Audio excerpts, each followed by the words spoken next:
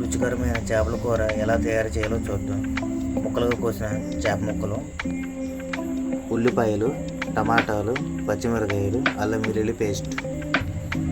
తర్వాత చేప ముక్కలలో ఉప్పు, కారం, మంచి నూనె, పసుపు వేసి చేప ముక్కలకు బాగా పట్టే విధంగా బాగా కలుపుకోవాలి.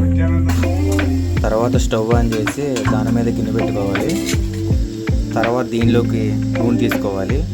నూనె మరిగిన తర్వాత ఉల్లిపాయలు, పచ్చిమిరపకాయలు, టమాటా ముక్కలను గిన్నెలో తీసుకోవాలి. తర్వాత దీనిలోకి కరివేపాకును వేయాలి.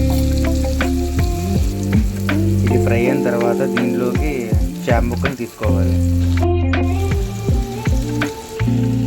ఇవి ఫ్రై అయ్యేంత వరకు వేగనివ్వాలి. తర్వాత దీంట్లోనికి చింతపండు రసం తీసుకోవాలి.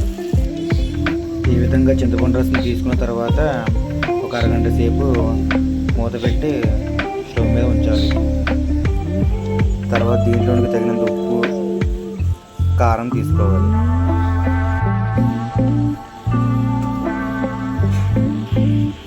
తర్వాత దీంట్లోకి కొంచెం కరివేపాకును వేయాలి.